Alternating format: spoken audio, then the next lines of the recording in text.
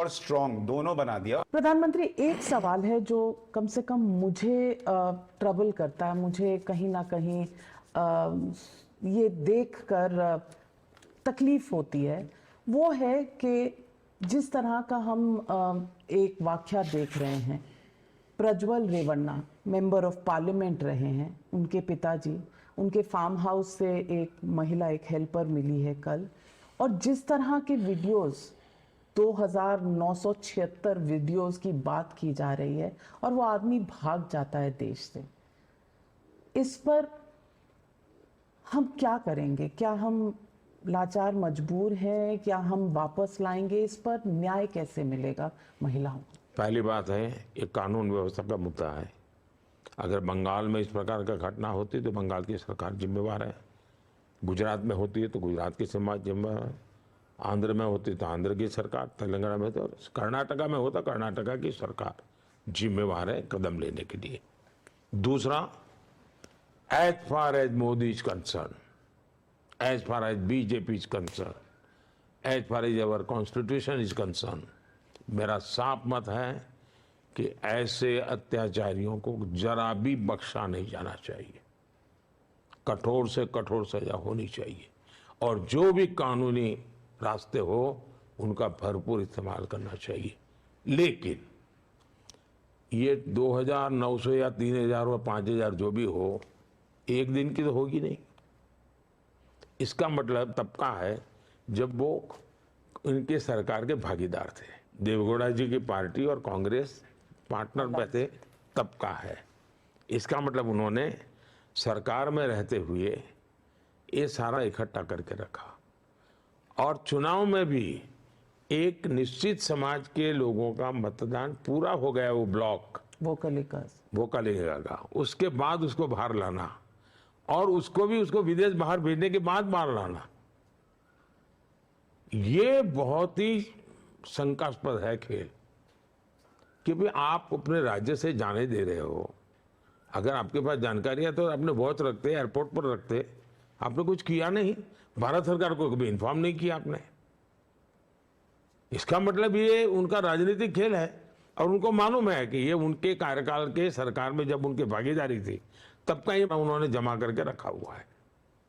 मेरा मुद्दा वो नहीं है, मेरा मुद्दा है किसी भी गुनहगार को बख्शा नहीं जाना चाहिए। हमारे देश में एक खेल बंद होने चाहिए। वापस लाएंगे?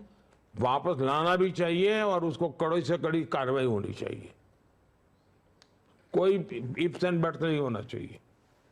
प्रधानमंत्री जी, एक बड़ा मुद्दा जो इस चुनाव में बेरोजगारी और महंगाई की बात विपक्ष करता है कि महंगाई बहुत बढ़ी हुई है और बेरोजगारी पर आपका जो रुख है कि भाई 5 साल पहले आपने कहा था कि उस पर रोजगार के डेटा पर जो है उसकी विश्वसनीयता पर आपने प्रश्न उठाए थे।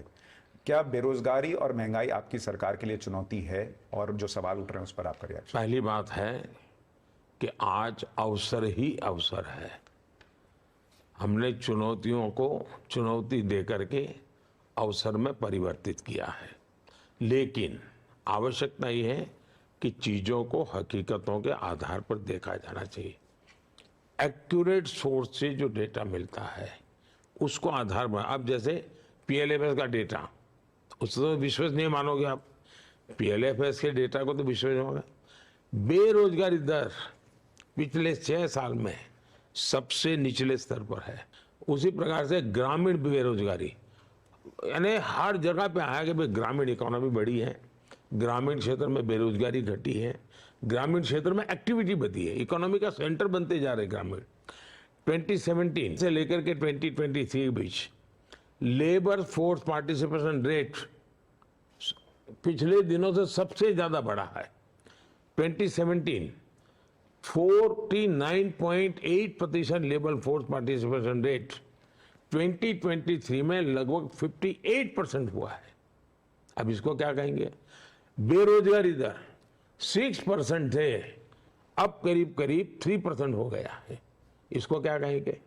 नारी शक्ति की भागीदारी लगातार बढ़ती जा रही है। 10 साल में 10 करोड़ महिलाएं विमेन सेल्फ हेल्प ग्रुप में एक्टिव हुई है, वो इकोनॉमिकल एक्टिविटी के काम करती है।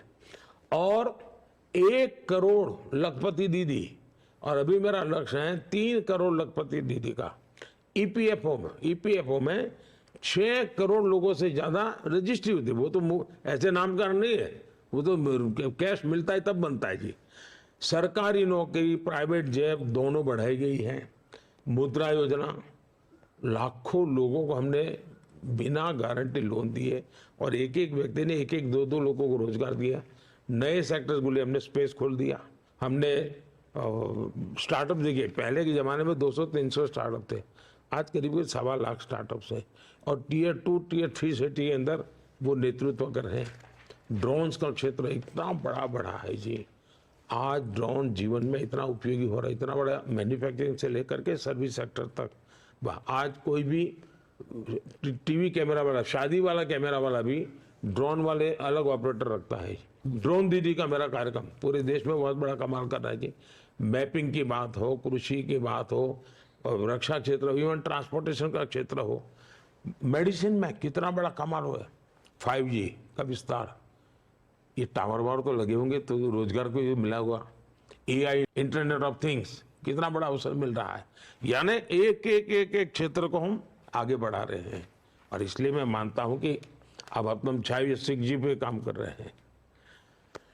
लेकिन अगर किसी को झूठ ही बोलना है तो इसका कोई उपाय नहीं है। जितने अवसर हमने पैदा की है वो पहले कभी नहीं हुए और जितने अवसर की संभावना हम देख रहे हैं वो भी पहले कभी नहीं सोचा गया।